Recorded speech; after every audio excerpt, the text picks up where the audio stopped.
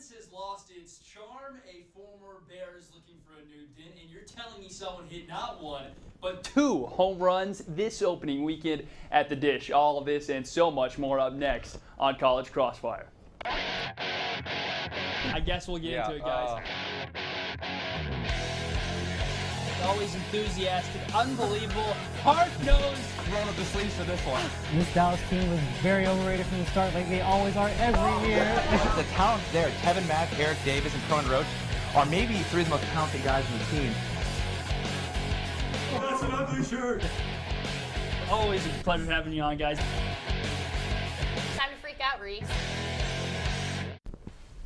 Welcome into the only live sports show from the 40 acres. This is College Crossfire. I'm your host, Reese Miller. Incredibly excited to have you with us on this Wednesday. Let's meet our panel for tonight's contest, the man with the best seat in the house tonight, because it's next to me, of course, Joe Morris, ready for his return. Mr. FaceTime himself. Joe, how you doing? Tough reaction for the crowd today. All right. Okay, moving on. A man, a few words. Luke Hendry, I'm sure will have more to say. How you doing? It's a good day to be here. Let's talk sports. This guy. Love this guy. Love this guy. No one loves him as much as the king, Julien Owens. Julien, good to have you back, man. Good to have you here. It's been a while since it's your first show, right? You're right. It's been too long. So we're glad to have you back, guys. Let's get into it. Similar to the Texas Titan at Six Flags, the Longhorn basketball team has had ups and downs recently, beating a top 10 West Virginia team, then getting run out the gym by Baylor before rebounding and squeaking out a win over the Cats at the Octagon of Doom. Guys, the Big 12 is obviously tough, but is this Texas team going to stay consistent enough to succeed in the conference tourney and really ultimately in March here? Joe, what do you think? I think they have a chance to make a run in the tournament, both tournaments maybe. But I don't think they'll win either tournament just because the field's too stacked in the Big 12 and it's even more stacked in the NCAA tournament. But I think this team's shown that they can hang with the tough cats. They can. They might lose a couple games here and there. They might get blown out. They might lose to TCU a couple times. But they've shown that they can also beat the top teams. They've hung close with Oklahoma. They almost beat Kansas at one time. But, you know, they still got a couple games left. If they finish out the season strong, they might make a run in the tourney. Okay, so the losses to TCU, struggling against Baylor and Kent State a little bit, that's not worrying you too much? Nah, we're good. All right, you're all good. Luke, what do you think here? I think Texas is going to struggle. They have tough rest of the schedule. I think, obviously, they have OU Saturday, followed by Kansas on Monday, and then a tough road game against Oklahoma State. But the key here is they're going to have to pull tenacity because they just don't have a one guy who can go out and score plays. Isaiah Taylor's tried to take that versatile role on, but that's just not enough for the Horns. I think they're going to struggle through the Big 12 tournament, and then on into March, I don't see him past the second round. Wow, Ooh. this guy's real. Wow. This guy keeps it real. Julien the King, what say you? I say don't fall asleep on them. I actually think that they can make a good run in the Big 12 tournament and the NCAA tournament. They even showed you in the first half of the season, even without really, they can beat top 10 opponents, top 25 opponents. And if you look at their record before they had this 3 and 4 game skid, you see that they can dominate top 25 opponents. So it's not just a problem. It's just, I think, just towards the end of the season, you're just trying to get your kinks out before the NCAA, Big 12 and NCAA tournament. But they can show you that they can really pull out big wins and big plays from their players. So I think Isaiah Taylor being the forefront, you got your freshmen going in and actually keeping it rolling. I think that this team can actually go almost to the Elite Eight. Texas is a very interesting team. Elite Eight might be a little bit of a stretch, but they have shown you with 5 wins over top 25 teams, they can compete. But Luke, I like what you said the most. You kept it real. And I like what you said because it seems like there's always, for the top teams like Kentucky and Duke, they have one guy that can just be that scorer. Texas doesn't really have that. Isaiah Taylor may be a poor man's version of that. So you're getting the point to start us off here. The Prince of Kingdom, Irwin, has officially lost his crown during a stretch of 6 games from TCU to Iowa State. Centerman Prince eBay averaged just under 10 points per game and threw more block parties than in West Campus on a Saturday night. In the last 3 games, eBay has averaged just under 3 points and 3 boards a game. Guys, has Prince's flash come to an end, and what does Texas do about their big situation, just besides hope and pray Cam Ridley returns? Luke, we'll start with you. Prince eBay is about as athletic as Mark in studio. He has the size. He has the size and the body. But 4 years at Texas, he has not gotten it done. He doesn't know how to use his body down in the paint. Obviously, we saw some hopes and glimmer of hopes, at least, right after Cam Ridley's injury in the middle of the season, but he has not continued that good play. I don't think he has the ability. These last 2 games, he's had more fouls than points. That's a disgrace for a senior power forward center. So I don't think he's going to be much of a hope. Hopefully Cam Ridley can make it back by tournament play. Sure. Shaq Claire certainly hasn't had that much of an impact. Either of those guys in foul trouble consistently, almost like 5-on-4 on the offensive end with Eve out there at times. Julian, what do you think about the Prince here? I have to say the same thing. Watching him since my freshman year, this Prince has done nothing for this team. Has done anything. Last year, 2 points a game. What are you doing? Like, what are you honestly doing on this team? Yes, like Luca suggested, his block, his rebounds have, somewhat did something for these Horns after Cam Ridley has passed. But he can't score over 15 points a game. They need somebody a lot better than that. Claire has, as you can see in this previous game, he has stepped up in his role to actually try to be that big man, which I still think that they need a little bit more with him and Connor. But Prince Ebay, you need to let him go. Let him go. He's not doing anything for your team. He's probably doing more blocking than anything, but at the end of the day, what is he giving you, contributing on the offense? Nothing. Get rid of him. So you think just roll with Shaq and Connor? That's it. Prince Ebay is not going to help you to the Big 12 tournament. He's not going to help you in the Big 12 tournament. Put in Danny Newsom. Put in a walk-on, right? Yeah. Get something rolling here. Joe, keep this question going here. What do you think about the Prince? Hey, I think y'all being too hard on him. There we go. There's some positivity. I like that. Prince, we weren't expecting a big offensive performance. 6 straight games of averaging over 10 points a game. The guy came in there and did something. Yeah. Like, he's a defensive player. Like, he's good at shutting down plays, good at clogging the lane, good at blocking shots, and protecting the rim. But I mean, like, he's not an offensive guy. He's not gonna. His best play is alley oops and dunks. Like, he's not gonna post someone up and then shoot a fader or something. Like, nah, you're expecting too much from him. Yeah, I agree. I think people maybe expect a little bit too much because he had the run of 2 consecutive games with 17 points and 13 points against TCU and Vanderbilt back-to-back. Besides that, haven't really shown a lot. Luke, you got the line maybe of the year on this show, so I'm going to give you extra bonus point just for that, but you're also going to get a point as well just because I think people are expecting a little bit much, and he kind of is what he is at this point in his career, guys. Moving on, the Texas baseball team got off to a bit of a rocky start, blowing a 3-1 lead in Game 1 to UNLV, but the Horns responded, winning the final 2 games of the series by a combined score of 18-2. Guys, what was your biggest takeaway from opening weekend at the Dish in the series that they won over the Runnin' Rebels? Julian, we'll start with you. To be honest, I see College World Series from this team. College World Series, week 1, huh? Love it. Hey, you got to get here and make some stuff. I think if you look at this team, yes, they played UNLV. I mean, yeah, they're not probably a big competitor, but if you look at the way that they played throughout this weekend, it's very phenomenal. And the only thing is I can take away from this weekend is they got to keep a lead going. That's the only problem. The first game, blowing a 3-1 lead and losing it in overtime, it's just a little downer, but the way they picked that slack up and just took that momentum of the rest of the weekend just shows me that this team is trying to show them that they can actually be a College World Series because, as you know, the previous couple of years they've been saying, oh, this is a College World Series bound team. They're going to win the College World Series. And so with that, even the beginning of the season, they weren't really that well. And this shows me that they're actually trying to put a lot of effort and work in and put that momentum towards the end of the rest of the season. Will they do it? I don't know. But for me, it looks like a great start. Yeah, right. Last 2 years. 2 years ago, made it to the College World Series, maybe one bad hop, a slow roller away from getting to the finals last year, got bounced and swept out of the regional round. Joe, what do you think? Well, I'm not ready to predict the College World Series final, but I mean, this is a really well-rounded team, and I think it's a good team. Like, they've shown they can be good on offense and defense and pitching. Patrick Mathis had 2 home runs over the series. That's pretty rare for a college athlete to hit 2 home runs in a series. And the pitching was well-rounded. They only gave up 6 runs, I think, over 3 games, over 30 innings pitched. And, they were doing good. There's no question. And I think the over-under was probably around 10 games at the Dish for how long it takes for someone to get a ball out of that giant wasteland. But Patrick Mathis did it twice. Luke, what do you think? What stood out to you from that first weekend? Yeah, I think the U stood out to me. You look at guys like Cody Clemens and Chase Shugart, 2 freshmen who came out and had great games, especially during the shutout 7-0 win on Sunday. But obviously Patrick Mathis was the standout. 3 hits, 2 home runs, 2 RBIs. a sophomore. Those two freshmen, you look at Morgan Cooper coming back, redshirt sophomore after some Tommy John surgery. So the youth of this team is going to be carrying the team and the program throughout this season.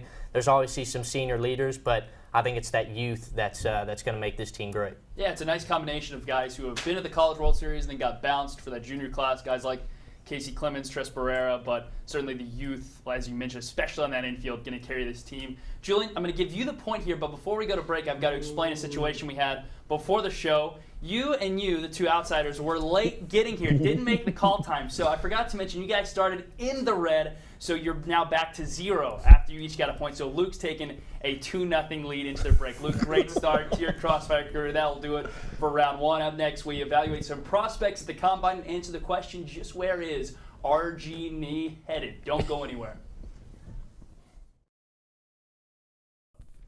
Welcome back to College Crossfire. Let's take a look at our Crossfire leaderboard here at the College Open. We've got Goose Eggs on the outside, but Luke, the rookie, making his first start on the show as a 2-0 lead right now, guys. Let's go ahead and get into it. For the past several years, people have claimed that the Big 12 is the best basketball conference in the entire country, yet they haven't exactly done a ton of damage come tournament time. This year is no different. The conference currently boasts 7 top 25 RPI teams, including your Texas Longhorns at number 23. Guys, is this the year where the Big 12 actually makes a run and possibly wins a title, or do they sort of fade to the back here in the first couple of rounds like we've seen, even though they have some high seeds here in the last couple of years? Joe, what do you think? Well, I think this is a very good year for the Big 12 in terms of like the number of teams they're going to send. They're probably going to send about 7 teams, which is 70%. That's insane. That's unheard of. But I mean, like, these teams, I don't know that they're going to go very far. Tech probably won't go past the second round. Like Baylor and Iowa State were both upset in the first round last year. Kansas always chokes before the second round, or they make it to the Final Four. There's really no in between. So it really looks like the conference is going to rest on Oklahoma or Texas, maybe. Wow. It's not looking too good. Okay, they're not looking too good. Third straight year, maybe the Big 12 might fade to the back. Luke, what do you think here? I think Big 12 is going to make some noise. 7 teams out of 10. They obviously have the strength. You look at teams like Oklahoma and Kansas dominating this year. I think Kansas and Bill Self, he has the leadership and the experience. They're disappointed about going out early against Stanford last year. Wayne Selden and the boys down low, Perry Ellis and Lucas, are not going to let that happen. They're going to the Final Four for sure. Wow. KU, lock it up. Lock it up. Let's go. Julien, what say you? Big 12 is doomed. Doomed entirely.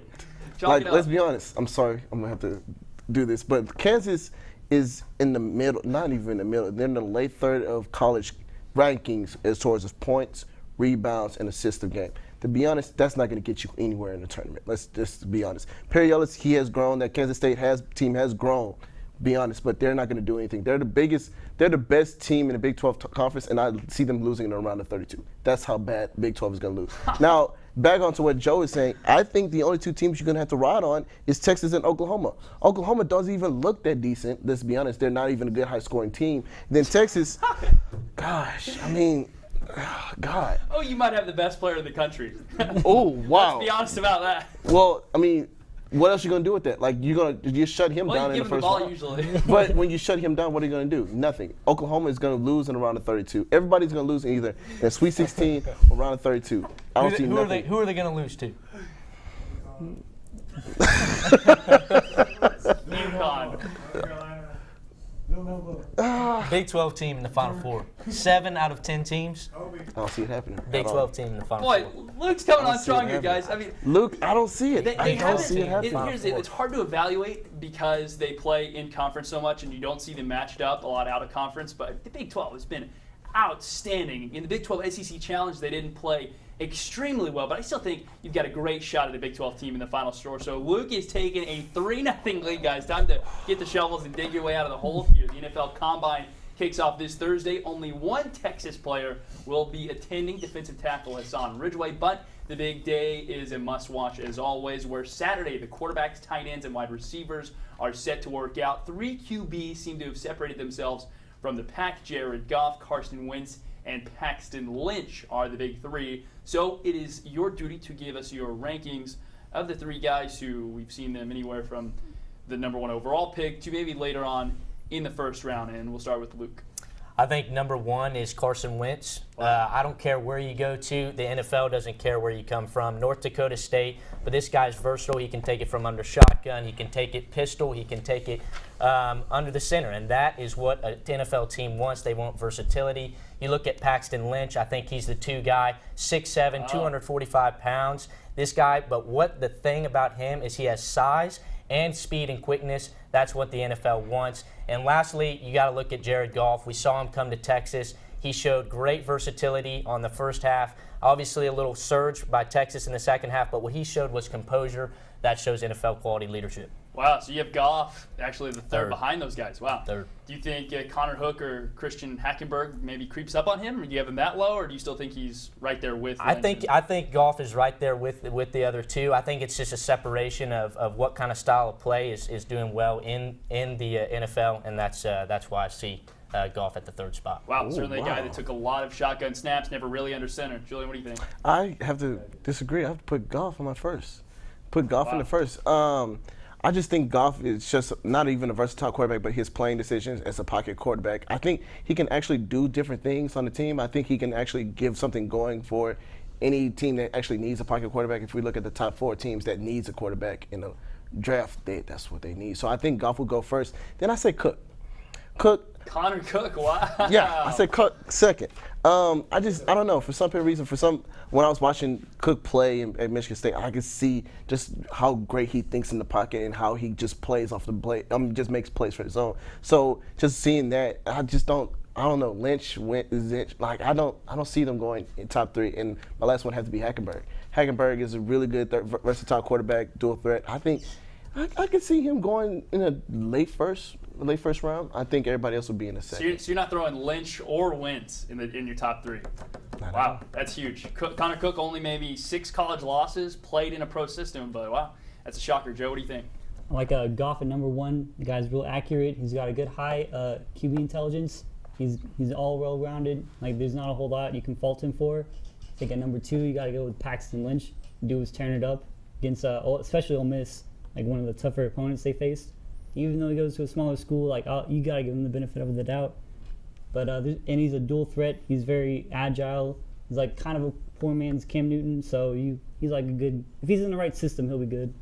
But for number 3, I love Wentz, but I gotta go with Connor Cook just because he has more experience against tough teams, and he's proven that he can be good in the clutch.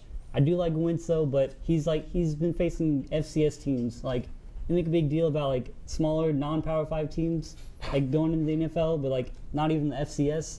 That's pretty big jump. I mean, you have guys like Tony Romo from Eastern Illinois.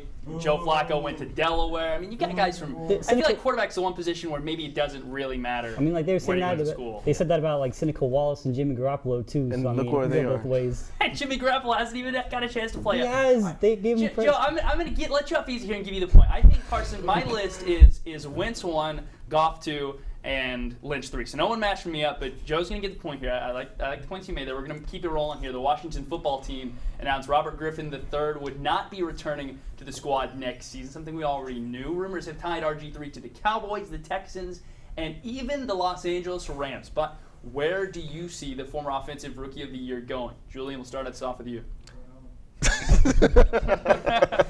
I wish that was the answer. Right? Go back to Waco. But I would have to say he's going to Philly. I have to say he's going to Philly. I'll say why. The only reason why is, let's be honest, let's look at Cowboys. They don't need him. Like, come on, Reese, do Cowboys need him? Negative. No. That's a negative. No. All right, Texas. They didn't need a pocket quarterback. He's not going to fit that system. And Rams, like, they don't need another dual threat quarterback that's not going to do anything for them. Let's be honest. RG3 is not that good of a quarterback. So the only one that would really be desperate to keep him in a kind of system like that would be Philly. And, I mean, he would make somewhat of a good difference because, look, Donovan McNabb was in it. Michael Vick was in that dual-threat system. So he would be okay in that system. But overall, that's the only team that really wants him. Well, I like that. Joe, what do you think? You're an Eagles guy. He's not if he goes to Philly, I'm not going to watch football anymore. So where's he going? I think San Fran or maybe Houston, just because they're so desperate for a good quarterback. But I think he'd go to San Fran because he'd fit in the Chip Kelly system better, and I think Kelly would want to experiment with 2 guys that are dual threats. So like that would be the best logical place for him to go. I don't even think it matters, yo. He's not even that good anymore. Like he's not the same player that he was his rookie year. like he got scared after a couple of injuries, so he tried to reinvent himself, but that didn't work out at all. So it's like he's not like a dual threat, and he's not a pocket passer. Like he's stuck in like a no man's land kind of. Like it's just like where do you put him? Right. Colin Kaepernick already there, sort of in a similar situation. Blaine Gabbert there as well. Luke, where do you stand on this RG3 debate? Yeah, I don't want to wish Dallas upon anybody, but I think he is going to Dallas. Please don't do that. I think No. Jerry Jones sees some marketing in this, bringing RG3 back to Texas. He can sell jerseys and tickets, do everything Johnny Manziel can do without the other distractions off the field. So I think RG3, Tony Romo's done. He's injury prone. He's old. Can't win in the postseason. They signed him to a 2-year deal, bringing RG3 to take over the role. Wow. Actually, don't love the Tony Romo thing. I don't like that. I do like the Philadelphia comparison. You mentioned Donovan McNabb, even though it was under Andy Reid, Michael Vick as well. I think that might be an interesting team. And obviously, not being Eagles fans, we certainly hope for that. So Julian's getting the point. We are done with round 2. Up next, we will light up rapid fire. You will not want to miss it. Thanks for staying with us on Crossfire. Let's take one last look at our scoreboard before we light up rapid fire. We got 1-3-1. Luke taking a 2-point lead, guys. The good news about rapid fire for you two on the outside, every question's worth 2 points. After I throw out a question, you guys just jump in. Whoever's answer is the best, not always the fastest wins. So we'll go ahead and get into it. Another spring training is underway in baseball, and another year where the Panda had way too much express in the offseason. Guys, take a look at this photo from Pablo Sandoval, the big third baseman for the Bo Sox. Boy, we need a caption. Caption this for Pablo Sandoval, the big panda. Oh, gosh. Gosh, indeed. Yeah, that's a big guy.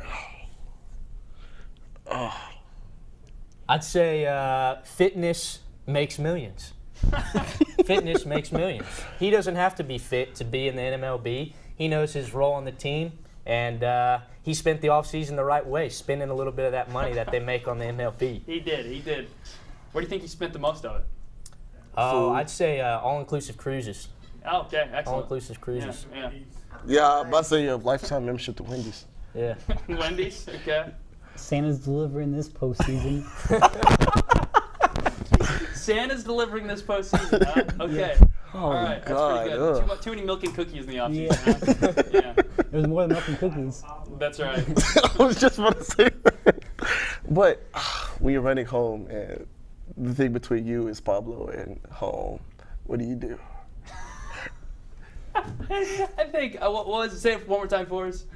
Santa's delivering this Santa's postseason. delivering this postseason. I'm not sure the Red Sox get there, but No. the Santa line, pretty darn good. So Joe's getting the 2 points, not things up here, guys. We hinted earlier that the NFL Draft Combine will take place this weekend. Prospects compete in drills from bench press to the 40-yard dash and even the 3-cone drill. But if you were a coach, GM, or even the commish in charge, what drill or competition would you create or sort of make up for players to compete in? You can really do anything you want with this one.